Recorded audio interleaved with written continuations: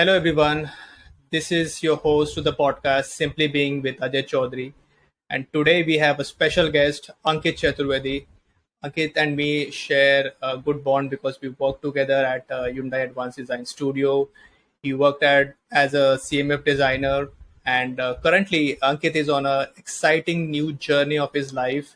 He's currently studying at Savannah College of Art and Design in US. Ankit, nice to have you here. Thank you, Ajay. That was a rather great introduction. Thank you so much for having me here. Yeah, Ankit. I mean, we share a good bond. We know each other very well. We keep talking about a lot of things, and I felt that it would be a nice time to document whatever we discuss, we talk about in general, and let people know. Uh, One of the things that I really want the audiences to know is simply being Ankit. That's the name of this podcast, the simply being. So it's you today here, and your story should really inspire people. How to be Ankit in their lives. So just to start with, I'm going to shoot you the first question, and that's of course about your professional journey in design and a little bit about how you started, like सबकी एक कहानी होती है. So I want really to you to really express out that thing. And of course, as we proceed, we will love to talk about how you came up to this decision of taking the next big leap of your life. Sure, Ajay. Yeah, Sure. Ankit. So I think when you say professional journey, this mostly has to do with my automotive experience. So for the last 6 years, I've been working with Hyundai Advanced Design Studio, as you just mentioned already, as a CMF designer. Started off with the very basics. So I always call myself somebody who has been very lucky and unlucky at the same time because I had a major in fashion design, and that does give me a bit of perspective on material and handling. But I was still new to automotive industry. But this opportunity, as it came along, I think I went ahead with it with open arms, just trying to explore what I can do.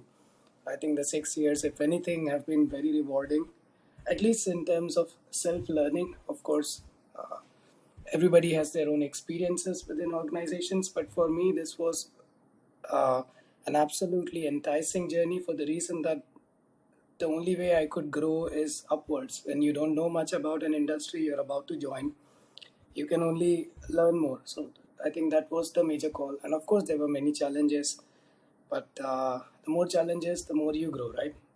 So I think that helped. And this was very interesting about the first point that you made, simply being. I think it's something, simply being, if we just talk about it to anybody, probably a question they would like to answer other over a lifetime of experience. Because one thing is for sure, every ninth or the 10th day I realized that something has changed. So a set of ideas that I used to believe in, they are not exactly the same. And probably in professional life it takes a little bit longer. It's not a ninth day thing, it's more like a 6 year gap. And then you realize, you know what, probably all the newness that I felt the industry is giving to me, that I can learn, that I can in turn sort of give back to the industry, that freshness, I think that starts to, I wouldn't say completely go away, but that pace and the passion starts to take a bit of dip. And maybe that's one time where we should sort of, instead of looking out for a change, we should look sort of inwards. So when I started that sort of questioning that, what is that one change that I can bring in that will rather make me happy and would also reflect in my work. So that thus started to circle around this bigger purpose. And this was around the same time, I think, pandemic, 2020, March, early March. That's when we experienced it in India. And I just had a lot more time free, I guess. And if anything, the more posts you see on social media and specifically Instagram, it's all about um, adversities, challenges, problems. It's pretty much has become like a news uh, platform as well, and a lot of news that usually becomes breaking news and catches attention happens to be sort of the not so good aspect of humanity, which is pretty much just as prevalent uh, as anything good that you would see. So that did catch my attention, and I did start to feel, you know what am I doing about it? Is there anything that I can do about it? I think that sort of a questioning helped me to look out for some other option. That, you know what, as an automotive Indian industrial designer, or CMF designer to be specific, what is that one change that I can bring in myself, that I can go back to bed a little more peacefully, a little more relaxed, thinking that, you know, I did my bit. And even if I did not do my bit, at least I tried. I don't know if that's the question you were asking, but I guess that's, yeah. Yeah, Ankit. I mean, I really admire the honesty that you had put to this answer, and like a lot of people, usually try to paint rosy pictures and stories around their journeys. But I think you have been very honest, and I know you come from a very humble background, and that actually brings a lot of humility in the way you really approach to things, and the way you think about life in general. And when you talk about the sustainability, yes, I'm sure this pandemic has led people to realize a lot of stuff. And like deep down, we are trying to find out, what sort of human I want to be, how do I want to contribute for this civilization, and how I really want to, make a difference. Maybe that impact not necessarily has to be acknowledged by people, but as an individual, as you said, that you want to be at peace with something that you try to do. Absolutely. And just building on to that particular question of when you came to this particular idea that yes, I want to really pursue something like this, how did you really find where would you, which is the right place to go, how you decided that this is the right time to go, or should you wait, or maybe take a little bit of more chances, since you were working professionally, and I knew it that you were doing exceptionally well. So taking a big step is not that easy, especially when you know that you're on top of your game. No, no, that's absolutely true. And really, I admire the fact that you would acknowledge that I was doing exceptionally well, because maybe that's not exactly how I felt at the moment, but I did know that, you know what, this is going to be a lot of risk. Or rather, let me put it this way, that this was going to be a leap of faith. But before all of that, since I was talking about purpose, I think there was another angle to it that sort of led me towards this direction of, you know, finding that meaning. So, you know, being an industrial designer, automotive, every now and then, especially in today's time after pandemic, you do hear the word sustainability. It's all around you. I don't know how often we notice it. I don't know how truly we understand it, but we just see it's there beyond automotive, or sustainability is the way to go. We all just hear about it, so it has become the buzzword. But I felt like the moment you start to think about it, there is little knowledge that you have. There is very basic understanding that we all have probably learned back in school. And then it's just sort of this buzzword that you hear around things that are already happening, things that have been launched. But what about it? What's the bigger understanding? How does it start? What's the implication in a country like India? What's the implication in automotive industry? So there were a lot of questions, and the more I started to question, the more I realized that probably I do not know enough about sustainability. So when this program specifically hit my radar, honestly, this was the only program that I applied for, the only course, the only college. Reason being that sustainability is bigger. It's sustainability is rather even bigger than design. So design is a smaller part under it, and then even within design, then sustainability further can be broken down into a very specific niche. But what about the bigger picture? So SCAD, I think in its way, I got lucky that SCAD was offering this unique mix of design for sustainability. You know, so you could be studying sustainability and working towards a policy making or some sort of ministry or legislation, or like an activist, an environmental activist. So there are all these realms that one could be invested in, even studying sustainability. But this unique mix just immediately, you know, hit my radar. That's this is what I need to do. If there's anything that I would take this leap of faith towards, I need to have a little bit of faith in it, right? So this definitely seemed like it, and well, I'm here now, zero regrets. I think I do understand it a lot better, and I believe we will be talking about it in the coming conversation in detail. I would love to share more about it as we progress. Yeah, Ankit, Of course, I will be definitely coming on that topic. But even before that, something that I know about you, you like to practice what you have learned. I know that you are a fashion designer as a professional, and you really, really enjoy the fact that you need to understand the minutest detail of fashion, and you even, try to apply it in your real life and understand and experience it. And I'm sure now you have taken this new leap in your life where you're studying about sustainability. And I'm sure that something must have really hit you, and you must be trying to practice this particular craft as well. And I'm really interested to know how are you doing it, because I know that being Ankit means that you're going to do it. So That's a very peculiar but interesting and rather true point to make. That's definitely something I do believe in rather firmly. That whatever our craft is or our profession is, we need to sort of live it. We need to live it. We need to breathe it. We need to wear it, if nothing else. If specifically we are talking about fashion, I think that was one of the earliest learnings even for me for this professional degree. Like you mentioned, I come from a rather very humble background. One of the first questions at the starting point of my fashion journey was that uh, to the group of to the lot of alumni that um, did you ever find yourself out of place? Like, did you always know you belong in this spot? And then to me, it felt like most of them always knew that this is where they wanted to be. For me, it wasn't like that. I am never.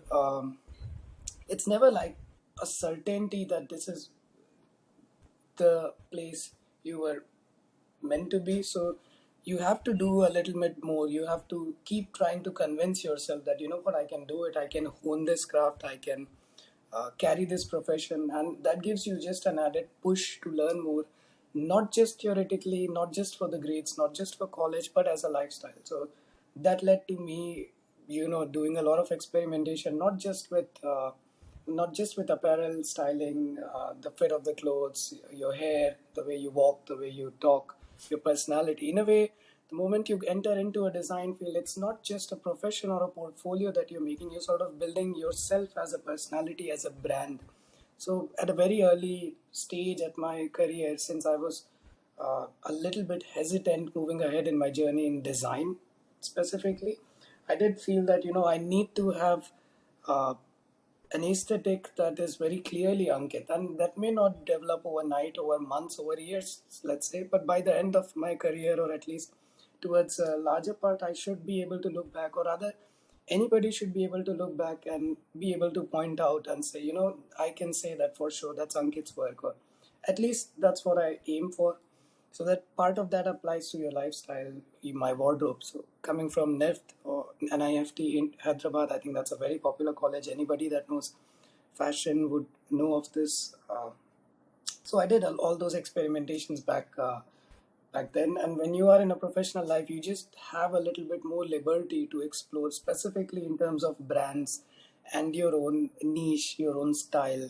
You could be somebody absolutely digital, you could be somebody branded head to toe, you could be somebody very much in trend, or you could somebody who's just balanced. So by the time I was maturing as a professional designer, I'd also find my taste in everything, in just lifestyle, which had become a little more subtle, a little more earthy, very neutral, uh, in some ways, just to avoid that having to choose between many colors. Since on a daily basis we would deal with colors, we would make mood boards, and every color starts to feel a little bit special to you. So as a result, all my lifestyle had become very neutral. I would go for neutrals because I realized that the longevity of neutrals is definitely undeniable. Every other color might have a personality, a beauty to it, but it's easier to get over these other hues, other shades a little easier than your lifestyle, and you wouldn't want to keep exploring your lifestyle for a very long time. So that was up until then. But I believe the primary change that has happened since I joined sustainability, I believe it's a much more matured program, bigger opportunity, bigger I would say bigger realm at the very base of it. And being a master's program now, you can't just keep thinking of yourself as a designer, as an individual. it's all about the community. So probably that's been the bigger difference. When you're studying sustainability, it has everything to do with community. And then, of course, once you're done with your first 9 hours of your study or your job, you want to come back. You do want to carry a part of it back home. So for me, that has still majorly been in terms of lifestyle, but more so with the way I choose to, expend in things. So I wouldn't so much as be conscious about the brands I wear rather than the impacts of it or what it means to me. I would try to use anything for a longer period for the simple reason of not adding to any burden that we have already put on the planet or on the society. I would see whatever Amazon boxes that we keep getting, whatever delivery boxes we keep getting. Not to name a brand in particular, what is the best way we can use it? So I have, let's say, bookshelves made out of boxes or bags. So everything has a purpose. Since the more you try to put it to multiple use, the lesser footprint that you're leaving. That's just another story. And what I've been rather investing in is a lot about anything that I can get my hands on in terms of sustainability, be it products or brands. For a simple example, being that there is a very popular brand here, it's called Method. I do not know how popular or prevalent it is back in India. Every product that they make, the only reason it stands out as a sustainable brand is because the packaging or the design is as good as any design led brand. It's just fantastic, very simple, very up to the trend. But all the plastic and all the processing behind it is very organic, very sustainable. If not 100%, let's say a 90% reclaimed ocean plastics, all that. Now, when I see two of these products side by side, another one that just costs me $1 less, but is not something I would want to spend more in. Instead, I would just pick up a Method product, even though maybe it may be $1 more. I can go back a little more satisfied that, if I don't practice, I don't see how exactly I can make a difference in this field moving ahead. I don't know if that answers your Yeah, question, Ajay. I think I might have missed out a yeah, little bit. yeah. Ankit, actually, I think you went a lot of deeper into the lifestyle changes that, especially coming from the fashion industry, which is very different, in terms of their thought processes, because they have to create new trends, new vogue, and they have to really drive people. If I should not, like, if I say that, okay, it's a little bit of consumerist and materialistic world, but there's a side that is required by the fashion industry, because it keeps the creativity of the designers, the community, up. But then there is also the impact side of it, which has to be taken care of. And as you mentioned about the brand Method, I mean, they are trying to be more responsible, not on a surface level where they are not just greenwashing. They are talking about really going deeper into the ecosystem of how they're going to acquire their raw materials, acquire their, like, how are they going to make sure that the processes are also changing to be sustainable. And it's not a greenwash, as a lot of brands try to do when they talk about sustainability in general. And yeah, I mean, I'm finding it quite interesting that you have dug deeper into really finding out if the brand is true, and I'm sure if you have research 100% that brand has done something. Well, it's good. I'm going to check out, the products, and if possible I can get something for myself. It's absolutely good. It's uh, like you clearly have your understanding of sustainability very much sorted out. Probably I'm not even needed here. So uh, well, see, yeah, I mean, we have discussed about this, Ankit, a couple of times, that sustainability is something not new for any civilization or a community. We practice sustainability in India in our own way. Maybe those practices are a little vernacular, or not fitting the standard templates of sustainability, which has been crafted by maybe the Western world. But then we also have our sustainability, which we practice in our way. But then now, the fact that the global lifestyles have also become connected, we are so having access to so many brands and products that are around us.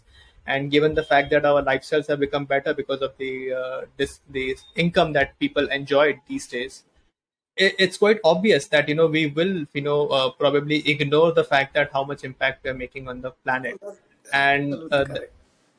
But that's where the consciousness has to be awakened of people. And given the fact that your university has given the chance to individual to really go deeper into the subject and become change makers and ambassadors of sustainability.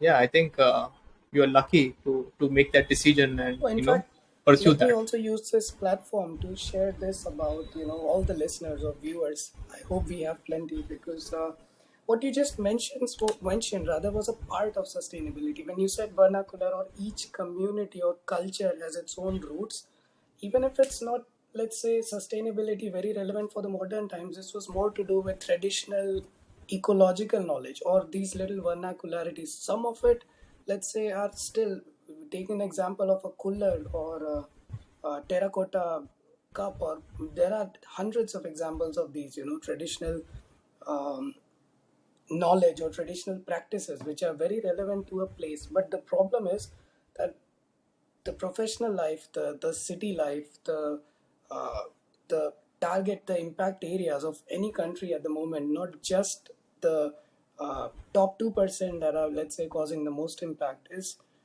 very different. We are all drifted towards a Western culture, whether we like it or not. So, as much as it is important and crucial to protect our traditional and conventional practices, which are without a doubt very sustainable or very, eco friendly, eco conscious at certain levels, but at the same time, some of those could not be applied to, let's say, a city like Gurgaon or any metropolitan city for that matter in India, because the entire work culture, the corporate culture, the city, the urban planning, the communities, the highways, the forestry, the canopy, the entire community is planned in a, at least wanting to be or headed towards an entire Western culture. That's why it becomes all the more important for us to understand the whole umbrella. It's not just the practices. It's not just the products. It's not just the design or the materiality of it. It's a lot more. There is social equity. Whatever we make has to be not only sustainably or, let me say, economically viable. So whatever I'm making as a product, as an entrepreneur, as an individual, or whatever activity that I do, that impact should not only be seen as in the process of making, but in the bigger picture. Anything that we create, its impact is somewhere left in the perpetual. So essentially, we are all in some ways designers for perpetuity. If I don't know if I can say that, because even if I make, let's say, I'm holding a pen right now, even if I was making a small cap of it with a mold, and no matter how many makes that I'm selling, whatever that plastic that ends up as landfill would still be there long after I'm gone. So it's not just me looking at my community, my practices, but more sort of a vessel, like you said, sort of a custodian for me to take those practices, carry forward whatever I can, bring in these new knowledge and information that comes along with the more transitioning culture of corporate world, and then see how they go along and how I pass on that to the next generation. And specifically talking about design for sustainability, it's a good balance between, I think, what we here call it the S word, first of all, because it's often very misunderstood. The term sustainability in itself has completely lost its meaning precisely because it's been greenwashed and so often, more often than not, misused to a point that it's just something that we tag along towards the end of our process or our product design or our manufacturing just to make it a little more relevant. But that's not what it is about. So in design, we break it into three major categories. First one of them would be, let's say, economically viable. So what that means is whatever technology or ingredients that I'm using to manufacture it should not only be available today, and I should be able to afford or make the process go on forever. So whatever I use, we must make sure that we replenish the sources of it. That's one aspect to it. The second one would be, it has to be environmentally benign. In this process, we do not end up harming the nature. Like, we could create an entire system out of using materials and technology and even practices, let's say, from culture, and then put it to use And then we have to make sure that we give back. We have to make sure this entire process of us creating does not harm the environment. And the last one is uh, equity, socially equitable. So it's not just environment, it's not just people, it's not just corporate, it's all of these. And it's a very nuanced, intricate overlap between these three. We all have to take our share of dances. And the last one is social equity, and probably that's something that's often even overlooked, that whatever we create, the impact of it does not go to the ones who are actually using the products, but more often than not it goes to the ones who are involved in the manufacturing process, or how we call it, the borderline community, or the community that are the first ones to feel the impact of anything that's being manufactured today. So as long as we understand that, and a much simpler notion to understand this would be, let me just try to put it, we as designers, specifically to the point that I was mentioning before, that we look at an entire design and a product, and among many other aspects, just sustainability happens to be one more, which at least in present practices is something that comes at the very end. And then we finish it, we compile it, we pat ourselves on the back. The project goes in our portfolio, like I said, and it's out there. But we need to understand that it's not just from manufacturing to just the selling it to the user. So all our designs, which is very human centric, has an entire realm of connections or systems that it's affecting before, and also the impacts that it leaves long after we were gone. So we have to look at it in this entire sort of a process way, not to be cynical, but it's just something that we should appreciate. If I was being a CMF designer, if I was looking at the products, it wouldn't just be about the current product and the current most sustainable solution, but at the same time thinking about where all of this is coming from. And long after this product is sold, how easy it is to disassemble it, how easy it is for parts to be, car is still, let's say, a big example, a chair in which each pieces can be disassembled in a moment of seconds. They are much easy to recycle rather than something which has a rubber stopper and a metal wheel and a plastic bag. So just these little details that we have to think about. And specifically for anybody that's closely related to material design, I think we have to treat ourselves more like nutrient managers. Think of materiality as biosphere treats nutrients. Where they are coming from, what's the source of it, how I am going to use these nutrients into my system or product of design, and then how do they end up, or where do they end up exactly. That also has to be in some ways, in parts at least, planned or thought about in my designing process for sure. Yeah, I yeah, there are a lot of interesting points that you made, and one of the things that I probably understand about sustainability currently is being sustainable is expensive because the processes are not designed to be sustainable. They are designed to make these business organizations work in certain ways that they can generate revenues.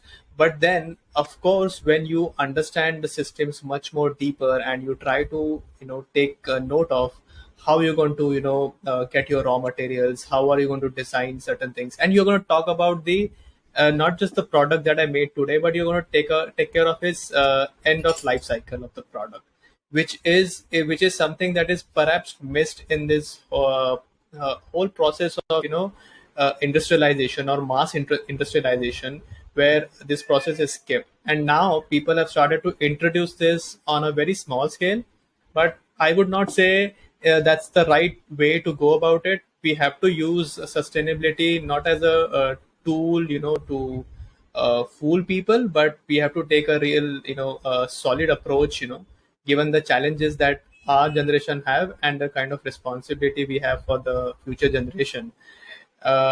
Interestingly, you just made me think about this whole idea of you may design a product, but it may outlast you, and you need to be in some ways you are responsible for it. I mean, of course, there is one is the economic value that it creates, the value that it creates for the customer, but there is another part of it that the value that it will create for the planet as well. So it's a little deeper thought to really absorb, because I know as a transportation designer, I mean, we usually are taking care of, lines, playing with it, sometimes fighting over, extra things that, probably are only aesthetic delights. And they may or may not, create the impact that we're looking for, but we still fight for it.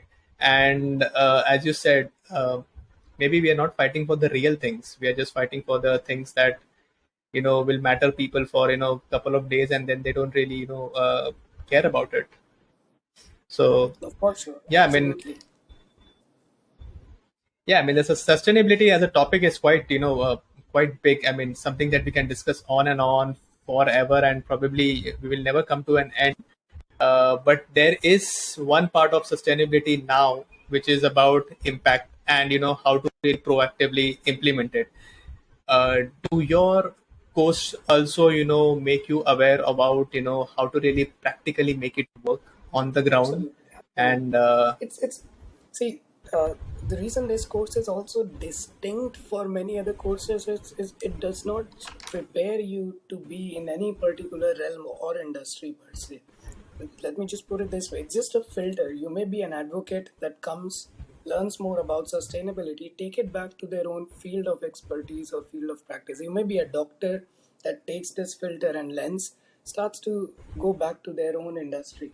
So that's definitely a great aspect of it. Second one is to one of the earlier points that you mentioned, that sustainability is expensive, and it's definitely not something that every person can afford very easily. That's true, but it's very similar to, so specifically the moment, like, we know sustainability is such a big topic, the best way to understand it is to take a step back. Rather, let's say take 10, 20, many steps back. We are at a sort of a transition stage still. So sustainability had been a buzzword for a long time now. It has become more of a pressing issue. So the best way to understand it would be, let's say, how we start to learn to ride a cycle or a skateboard for that matter. You need to get your hands on a new equipment, a new cycle, let's say, even if it is borrowed or not something you're purchasing. But then to get to get to practice that firsthand, you need to have a certain sort of resources, or let's say access to resources, because it's just coming into your life, a new addition.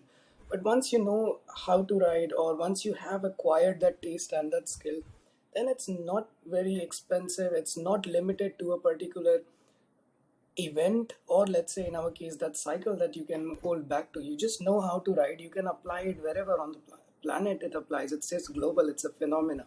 So we, let's say, start off with a incompetent, sort of unconscious incompetence, and currently we are at a stage where we know that this is a pressing matter.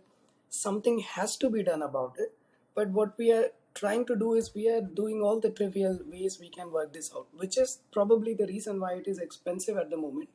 But the more this becomes prevalent, the more options we have, the lesser the prices would be. So the more unconsciously competent we would become. We won't even have to think about it. It would just be something like swimming or riding. For designers specifically, it's just a habit that's in your hands, in your mind, at the back of your design process, something that very well merges with your design thinking.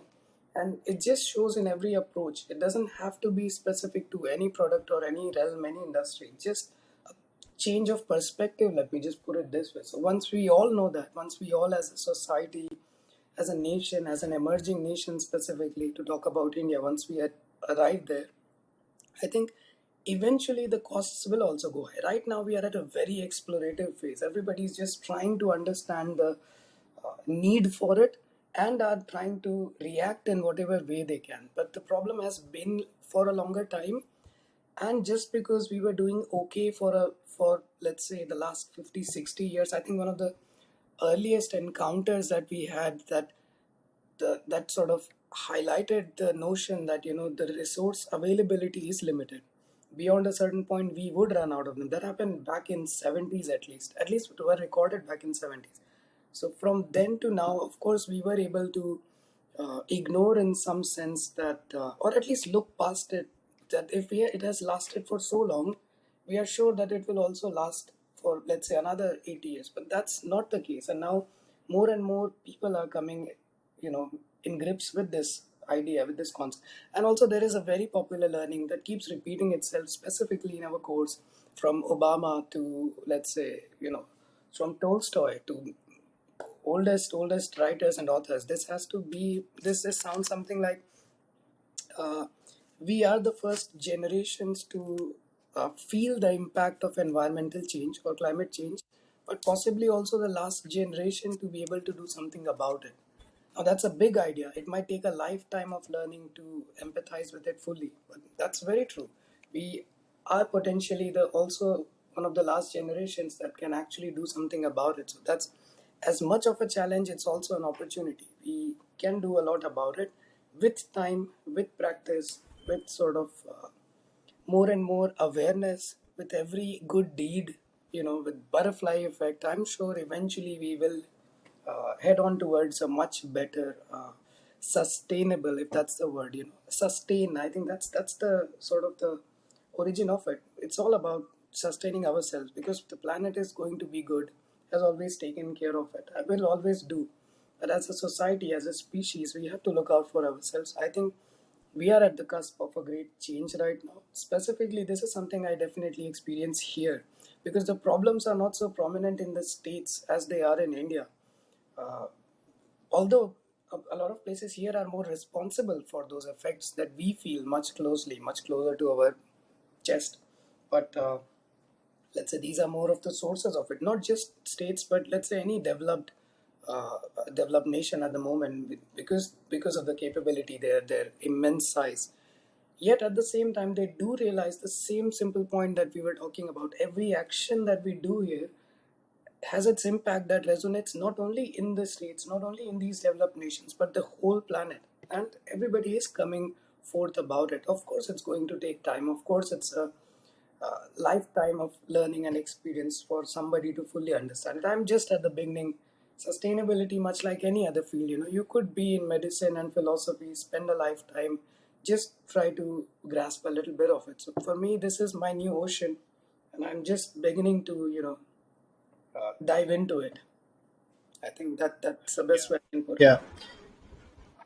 Yeah, I think one of the points that you mentioned, it just reminded me. I was watching a documentary by David Attenborough on Netflix, and he mentioned this very interesting point that like you take care of yourself because the nature is going to take care of itself, and if you don't do anything about how to sustain yourself, uh, nature is just going to move on. I mean, we are the strongest species. We are the most intelligent species.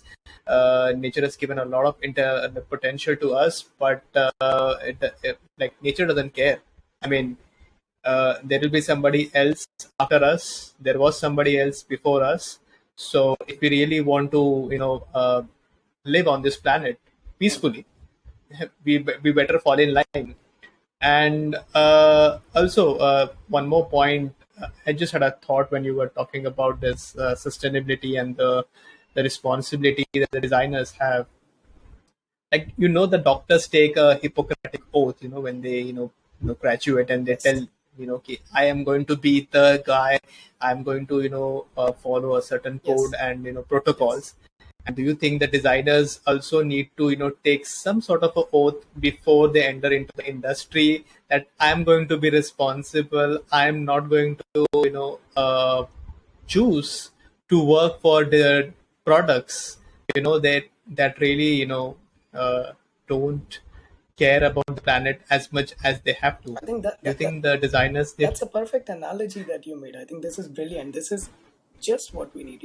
Hypocritical or not, let's say, to a good degree of doctors, that may not mean a lot, but at the same time, that little promise is something that might also push many, many, many doctors more than, let's say, the ones who are not doing, to go beyond. There were doctors, we heard heroic tales of doctors all around the planet during pandemic, who actually were able to help a lot more than they should have if they were just thinking about their own life and health and family. Of course, there are going to be contradictions. I'm not going to get into that, but whether we do it, on an external basis, explicitly, even if we don't take an oath, but this sort of belief that, in fact, there is a very simple way to understand it. Maybe a couple of months back, I was talking to a dear friend of mine. He is an entrepreneur and a designer, photographer based out of Hyderabad, and he also comes from fashion design background. Rather, is still working with it closely. So we had a very long chat on, now he's at a good stage, good phase in his life with access to resources, and he wants to start something on his own. So we had like a rather long debate on what is that one change he can bring. So anything that he puts up in his product line, in his brand, in his ideologies, in his website, but before he puts it out as being an organic or a sustainable or an eco-friendly brand, what is that one change that he can do that he is a little more sure that he's not just writing it for the sake of it, but that's actually an ideology to live by?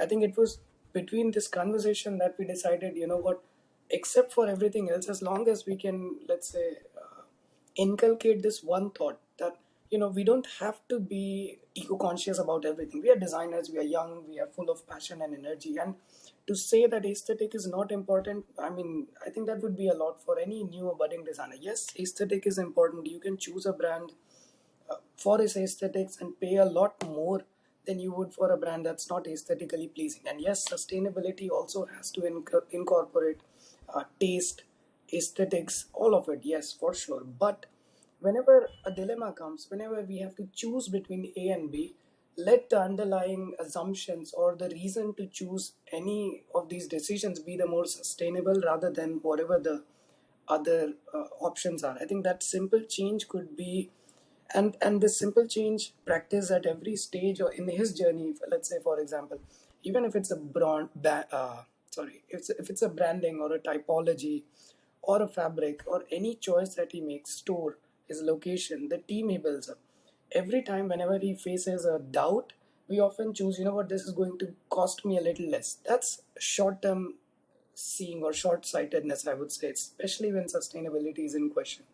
Whenever that doubt comes, always choose the one which is a little more rooted, which is a little more sustainable or organic. And in the bigger scheme of things, the bigger picture, you would realize that your brand is actually doing a lot more than just putting in yet another organic startup with whatever message. I think that's a bigger difference. Yeah, I think staying true to your core values, regardless of the business decisions that you got to take. And yeah, I mean, you have some sort of a prayer or you have some sort of a commandments that you have already documented. That actually helps you to make your decisions based on whatever the situations might be. I mean, yeah, this is bringing, design ethics and business ethics together in some ways, which perhaps was never, taken on a serious note, honestly. And yeah, I mean, yeah, working in India, we know that, everything here is so value driven.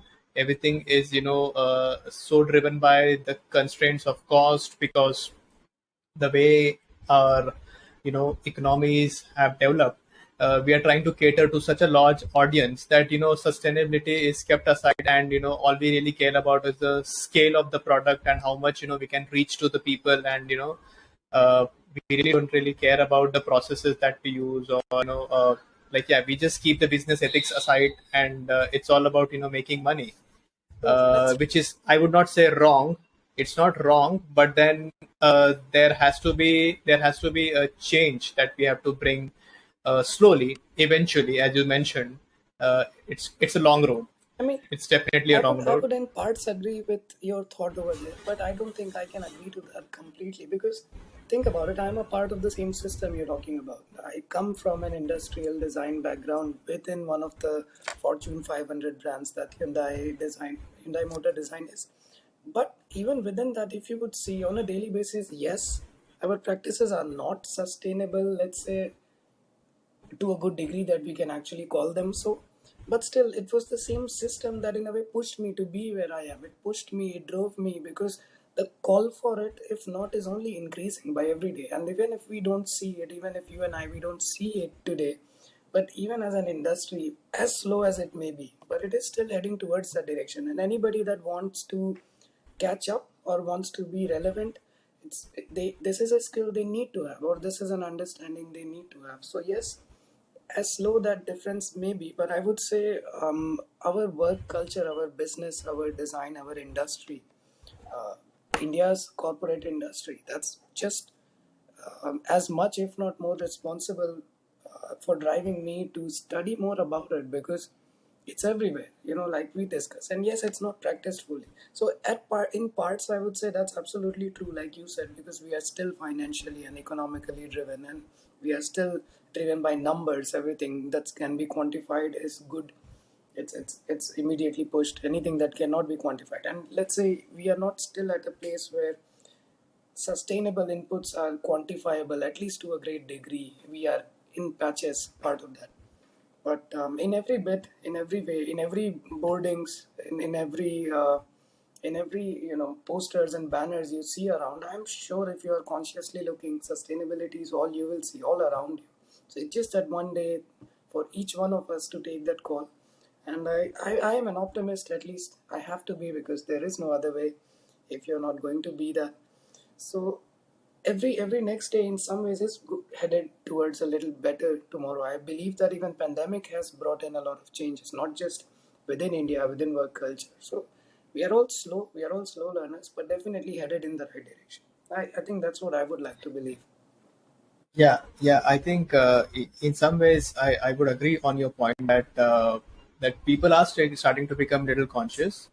There are a small, group of people who want to make a change, and I understand what you were trying to tell. That even if we are a large country, but if the idea is struck with a small number of Yes, community, anything in India becomes viral. We are a country absolutely, that loves to skip absolutely, processes. Like we would not have a telephone in our homes, and then suddenly one fine day we have a smartphone, absolutely, and then so we don't have computers, but you or a DSLR, and then you have an iPhone with the best of the camera that the technology can offer you. And this country is extremely good at skipping processes. Like even yeah, I mean, look at the way we have transitioned ourselves from the 2G to 5G. Now we're going to do that, and yeah, I mean, our country always does the same. I mean, and I'm sure with the sustainability as well, there will be a day when people will say that if not this, I'm not buying it. So you better do it. You better get it right. And yeah, I mean, I would say the same with the adoption of EVs. I mean, nobody thought about it, that people would really go for it. But given the numbers that currently the industry is doing, even I am surprised that people are making that choice.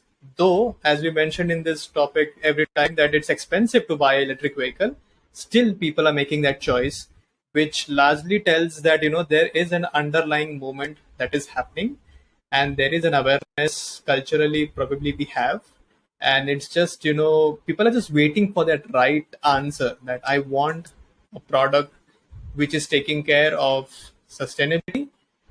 It's just that it is not offered to me yet. So absolutely. There's this thought. This is a small one. I would just leave you with this thought, small one.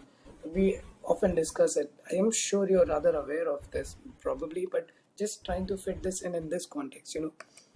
It's something we call the iceberg model. Skip the boring name, but what this essentially means is that what we see, or rather experience, is just the tip of the iceberg, because there are so many underlying layers to it. But constantly there are these undercurrents that's happening. What that means in our, I think, program, or rather to our discussion here, what that means is that change is always slow. Change takes time. Change from combustion engines to electrical, from PVs to EVs, from engines to batteries, all of that, and from just an economically driven market and businesses to something which is a little more sustainable, also financially. But change is always slow, and then it starts to happen fast, whether it's for good or bad. Even the pandemic was sort of a outcome for a build up that took, let's say, years. I'm sure it must have been. It's not something that was an effect of an overnight phenomena. It was a build up for a long time, and then all of a sudden we see the result of it. I do like to believe that even goodness, even a shift towards sustainability or EVs, that final shift would be very quick. And yes, the build up takes a very long time. So change is definitely slow, and then all of a sudden it's just fast. It can be overnight, and specifically with a country like India, like you just uh, absolutely rightly pointed out that we are passionate. We are the first ones to just make it viral, make it go crazy. Anything that's actually good sticks, and we just multiply the thoughts and ideas. So that way we do have a lot of potential and power. It's just the transition phase that we are at right now. That's just going to take a lot more patience and understanding. Yeah, I believe that it only would need a little bit, awareness and more ambassadors and more proponents of change, Absolutely. and In fact, and the more I encourage you to, the next time you take this small break from your career or your professional and personal pursuits. I'm sure you already do that with the talks that we have had. I'm sure you know a lot about it. Probably you know a lot more than what I knew before coming to this college, without a doubt, for sure. But every now and then you take a break or you suggest to somebody, please, I will do this too. Let's push them to try to take this as a career option. There are a lot of design managers, a lot of design leaders, a lot of creative courses, a lot of strategic courses that are built up. But I think it's time we started to push a little more towards design for sustainability, advocate for sustainability. So all of that would make a lot more sense, at least to me. That's just my yeah. opinion, but that's exactly why I Well, do. well, I well, I well, I think in some ways we are introduced to this topic in our design schools, but it is just on a very surface level. And one of the reasons could be that that what is been taught in the design schools is even the universities are seeing what's happening on the surface. They don't see the iceberg completely. They just see the tip of it, and they feel that this is not grown that big, and it is not the yet the vogue or the next big thing. But then deep down when you look, it's already there. It has already gone to the next level, and yeah, I mean it's completely different, you know Absolutely. That's so that's how it is. I mean that's the way I think we have to. Yeah, I mean I completely believe that there will be a day then people will just come and people will feel like, yes, this is the next shift that we have to take, and everybody will go in that direction. for sure. Yeah. Absolutely. Yeah. What do you think about this whole idea? I mean, if we really have to take, like really push this in India, sustainability in a certain way, how do you think we're gonna bring this change? Depends Like, who you're asking for. As individuals, as corporates, as government. I don't know what you're talking about. I would probably say that there are a lot of things on the government level that has been working very well. Like governments, I would say, are very good at changing the mindset of the people, letting people believe that we are up to the next thing. Be it with our initiatives to manufacture in India, also talking about we want to become the next hub for manufacturing technology products and things like that. Government, I would say, they're very good at setting up a goal, a target for the people. So I would say, what suggestions you will give to the government? I mean, the corporates and everybody, they will follow. I mean, once they see that that this is the shift, this is how the people have been drawn into a new religion of sustainability. Yeah. I think everybody No, follows it. And I this our country is very religious in that way. The moment you give them a religion, they will follow it thoroughly and absolutely. pray the That's God every day. so. I wouldn't say as much as I'm still learning a lot more to be able to comment on what a government for an emerging market such as India do. That's like a very big question. I don't think I would comment on that just yet or dwell into it. Rather, what as individuals or as influencers that we could do, because we are also society led by influencers, from our lifestyle to fashion to even the way we photograph our weddings is completely influenced by the top few, or even if they are not the economically top, but whatever industry we are talking about, a certain few. So as long as we can influence anybody that's passionate about sustainability, anybody that's an enthusiast or an activist or an active learner, should try to influence the influencers. That's the best way to trickle down the awareness to an ordinary or an every individual's level or point of view. And having said that, I do also feel that government is mostly reflective of what's already happening in society. Of course, they do sort of take the front step in many ways, but as a culture, we have to adapt to it first, and then the government can only reflect back about the belief that we already, in parts, feeling it, and they can just make it a movement. They can just make it into a campaign, a propaganda. They can build entire legislation around it. All that is brilliant, but as a culture, I believe it's more important as individuals for us to start to question, if not adapt. I think that would be a great place to start. Yeah, I think it's an interesting strategy that government campaigns or government ideas are the reflection of society, and if in the people in the if there are enough number of people in the society who are actually making a difference or wanting to make a difference, certainly, I mean, I think governments are going to be like, okay, fine, let's make this cool, let's make this work in our favor, Absolutely. and let's give people what they want. I mean, it's a democratic world. Why not? Absolutely. So I find the strategy of yours, starting with influencers, like if this becomes the next cool thing, next hype, of course, it will catch on to the people. This is how technology has been thrusted onto the people with the help of influencers, and then why not? Why not sustainability as well? I mean, it's a good thing to do. I mean, there are ample of wrong things that it has been influenced by the influencers in this country. Let's champion something which is relevant, Absolutely. to our generation. It's quite interesting, Ankit. I mean, I can definitely feel that you have grown. Uh, I mean, you are definitely mature, but on the topic of sustainability, you have a lot more things to share in than I could probably imagine. I mean, some of the terms that you mentioned, I think I have to probably go sit, understand, and learn a little bit more. If I need to talk to you again sometime. For sure, for sure. I encourage you to rather go beyond just the terms. It's okay. We terms is only for the academic purposes, I believe. But Yeah, yeah, like you yeah, mentioned in the beginning, for me, it's all about trying to go a little deep, own that craft, own that course, own that program, your discipline. So I think it was that drive that makes yeah. me want to go one, two, three, many steps further and beyond, read a little bit more. And there are a lot of fantastic initiatives happening around the world. But I think that would be a podcast for another day.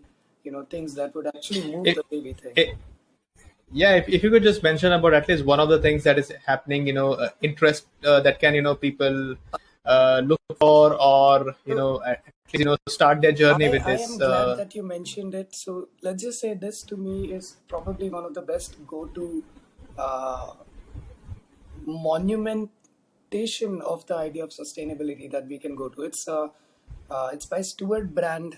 It's a book, it's a museum, it's a library, and it's a giant clock. A clock humanity has never seen before. You can call it the modern day equivalent of Pyramid of Giza. They're trying to build it. In fact, Jeff Bezos and Team Amazon is helping them. It's called the Clock of the Long Now. What this would do is this is a reminder of our stay here in the current times is just as fleeting and temporary as everything else. There's this giant clock that will stand past the test of time. The gong goes once in every 100 or 1,000 years. I'm not sure about it, but it's meant to outlast the possible span that we see for humanity. So that's the beauty of it. Every time you go there or anybody visits this, it's been built in the middle of a hill, a giant hill. Again, the places were being debated for a very long time, so I'm not very sure, but look up for this name, the long now. So we have to stop looking for a short, immediate, impulsive reward, but this clock is a reminder that take a break, take a pause, look at the bigger picture. When you see a clock that is going to outlast you, a clock that rings or gongs once 100 year, you would think, I was lucky to be here right now. There is nobody that can say the same for the next 100 years. That is lifetimes. So we have to be able to see a little beyond every day, a little beyond months, a little beyond our years, but see ourselves as just another connecting link between generations that have lived before us, that will always come after us.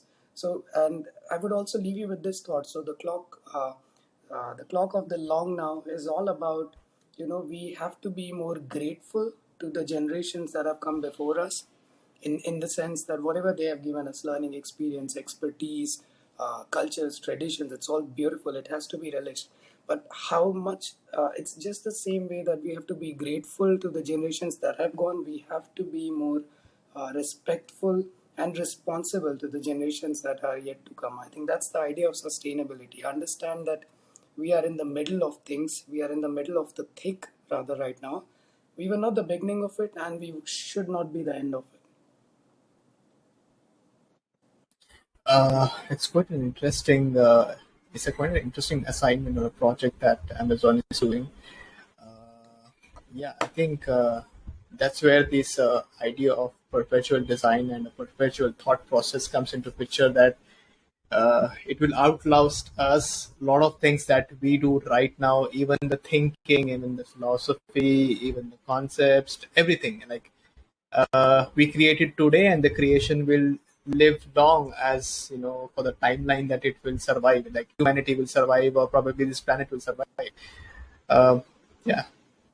Thanks, Ankit, for being a part of this podcast. I definitely am. I'm sure that the audiences will know a little bit about how to be Ankit, uh, and yeah, thanks for sharing all the insights about the your college, about the kind of things that you're learning, and I'm sure in couple of months when you will graduate, you will come out in the industry. I'm sure you will find your way of making an impact through design and sustainability together. So thank you for that, Ankit. Thank you, Ajay, for having me here. I appreciate your best regards and wishes. I wish the same for you. I wish the same for all of us. Uh, we are all in this together. Thank you again. Have a great day. Yeah, same to you.